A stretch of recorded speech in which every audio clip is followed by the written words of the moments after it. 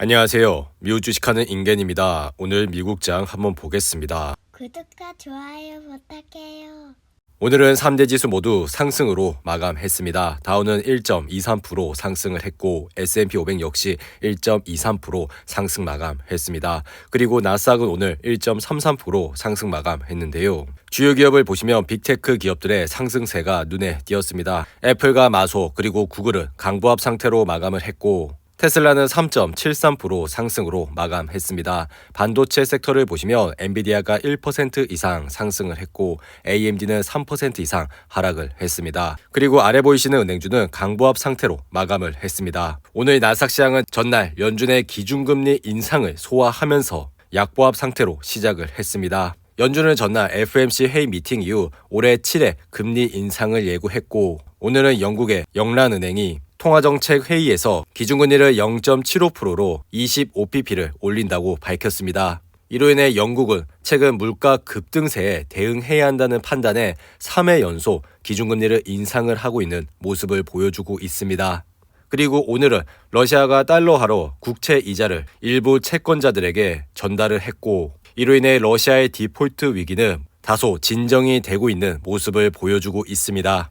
미국은 최근 테러 제재에 따라 자국 금융사와 러시아 중앙은행 사이에 거래를 금지하고 있었는데요. 하지만 러시아 채권 소유자들이 이자를 받을 수 있도록 하는 예외 사항은 허용했습니다. 이러한 영향으로 인해 나스닥 시장은 지속적으로 상승을 하기 시작을 했고 결국 1.33% 상승으로 마감했습니다. 그리고 오늘은 채권 왕이라고 불리는 제프리 건들락이 CNBC에 나와 현재 증시는 지나치게 과매도되고 있는 상황이라고 밝혔습니다. 그리고 다음 FOMC 정례 회의 때까지는 주식시장은 안도랠리를 펼칠 수 있다고 언급했는데요. 그리고 JP모건의 마르코 콜라노비치 역시 투자자 메모를 통해 현재 주식시장에 큰 장이 들어서고 있다고 언급을 했습니다. 뿐만 아니라 우크라이나 사태에 따른 지정학적 리스크가 조만간 완화될 것이며 이로 인해 사실상 조정장도 끝을 보이고 있다고 밝혔는데요. 현재 나스닥 시장은 오늘 상승으로 인해 RSI가 51까지 올라왔습니다. 그리고 최근 12,550불이라는 바닥을 찍고 3일 연속 반등을 하고 있는 모습을 보여주고 있는데요.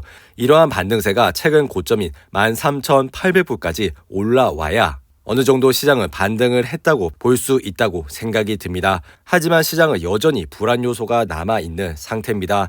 최근 유가의 급등으로 인해 인플레이션 효과가 지속적으로 발생을 하게 되고 이로 인해 소비자 물가지수가 급등을 하면서 다가오는 5월 FOMC 회의에서 기준금리를 25pp가 아닌 50pp 인상을 통해 시장은 다시 한번 충격을 받을 수 있는 확률 또한 존재를 하고 있습니다. 그러니 지금 시장에서는 이러한 반등으로 인해 자신이 보유하고 있는 현금을 전부 투자를 한다기보다는 항상 떨어진 날에 분할로 관심을 가져주시면 좋을 것 같습니다. 그리고 오늘 WTI 가격은 다시 한번 급등을 하면서 103.59달러까지 올라왔습니다. 이날 유가의 폭등은 공급 부족 우려가 불거지면서 다음 달에는 러시아 원유 생산이 30% 감소를 할 수 있고 이로 인해 유가는 다시 한번 폭등을 하기 시작했습니다. 반면에 월가의 공포지수인 빅스지수는 현재 27.41로 흐름을 이어가고 있는데요. 최근에는 이러한 빅스지수가 35 가까이 올라오면서 시장에 큰 공포를 줬었습니다.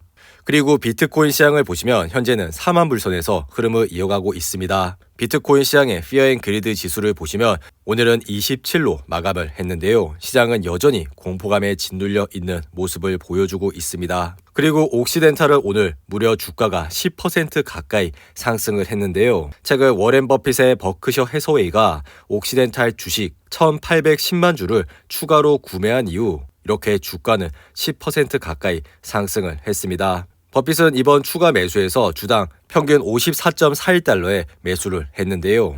옥시덴탈 차트를 보시면 작년부터 지속적으로 상승을 하고 있는 모습을 보여주고 있습니다. 그리고 최근 유가의 급등으로 인해 주가는 지속적으로 상승을 하고 있는데요. 그리고 오늘 10% 가까이 상승으로 인해 RSI는 70까지 올라왔습니다. 버핏이 최근 추가로 옥시덴탈 주가를 주당 평균 54.41달러에 매수를 했기 때문에 이렇게 고점에서 주식을 산 것으로 보여집니다. 하지만 워렌 버핏은 이러한 기업의 성장성을 보고 투자를 했기 때문에 개인적인 생각으로는 옥시덴탈의 주가가 54달러까지 오게 된다면 관심을 가져주시면 좋을 것 같고요. 하지만 이러한 방법 외에 저희가 더 편안하게 투자를 할 수 있는 방법이 있습니다. 그러한 방법은 버크셔 해서웨이 주식을 사는 방법인데요.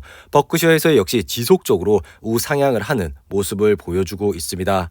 비록 현재 버크셔 해서웨이 주가는 많이 올라 RSI가 73까지 올라왔습니다. 이렇게 주가의 RSI가 70 이상이 되는 추가로 매수를 하시는 것보다 항상 주가는 떨어졌을 때 관심을 가져주시면 좋을 것 같은데요. 주식시장에서 많으신 분들이 투자를 하시면서 손실을 입는 경우가 많습니다. 하지만 이런 버크셔 해서웨이와 같은 좋은 주식을 장기로 보유를 하고 계신다면 주식시장에서 살아남을 수 있고 좋은 수익 역시 얻으실 수가 있다고 생각이 드니 이러한 점을 잘 참고하셔서 투자를 해주시면 좋을 것 같습니다. 그리고 게스는 오늘 실적 발표 이후 주가가 9.3% 상승했습니다.